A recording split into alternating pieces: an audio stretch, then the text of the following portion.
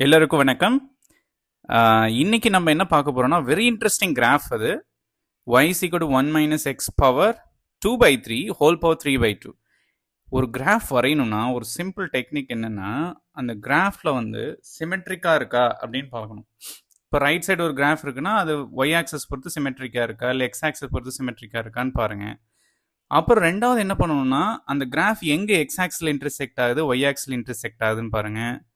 மூணாவது என்ன பண்ணலாம், அந்த கிராஃப் வந்து டொமைன் என்ன, டொமைன்னா எக்ஸ் ஆக்சஸ்ல எவ்வளோ தூரம் இருக்கும், ஒய் ஆக்சஸ்ல எவ்வளோ தூரம் இருக்கும், அதுதான் ரேஞ்ச் அண்ட் டொமைன்.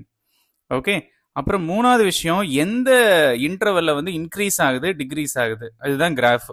எந்த கிராஃப் வேணாலும் இந்த டெக்னிக்ஸ் யூஸ் பண்ணால் போதும். ஸோ ஃபர்ஸ்ட் சிமெட்ரிக் பாருங்க, எக்ஸுக்கு பதிலாக மைனஸ் எக்ஸ் ரீப்ளேஸ் பண்ணுங்க, f of minus x equal to f of x, same ஃபங்க்ஷனே வந்துடுது.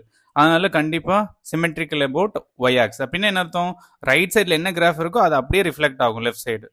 ஓகே, அதனால ஈவன் ஃபங்க்ஷன் சொல்லிடலாம். இந்த கிராஃப் எக்ஸ் ஆக்சஸில் ஒய் ஆக்ஸில் எங்கே இன்டர்செக்ட் ஆகுது, புட் எக்ஸ் 0 போடுங்க, 1, ஒய் 0 போட்டிங்கன்னா எக்ஸ் உடைய வேல்யூ ப்ளஸ் ஆர் மைனஸ் 1 தெரியுது. அப்புறம் அந்த ஃபங்க்ஷனை ரீஅரேஞ்ச் பண்ணி பாருங்களேன், y is equal to square root of 1 minus x power 2 by 3 whole power 3. இதுல இருந்து என்ன சொல்லிடலாம், டொமைன் வேணும்னா அண்டர் த ஸ்கொயர் ரூட் என்னன்னு தெரியும், நம்ம கிரேட்டர் தென் 0 இருந்தால் தான் ரியல் சொல்யூஷன் கண்டுபிடிக்க முடியும்.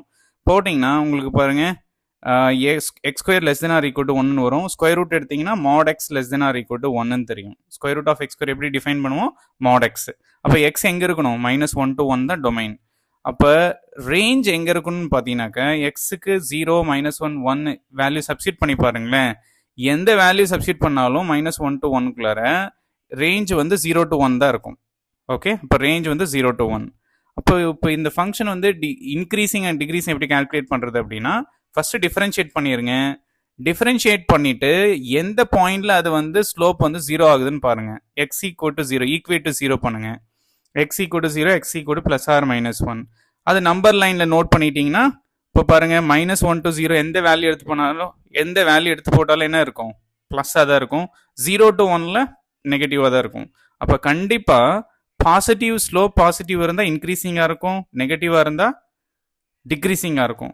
அப்போ இங்கே பாருங்க, கிராஃபு -1 to 0ல இன்க்ரீஸ் ஆகுது, இது வந்து பாசிட்டிவ் ஸ்லோப்.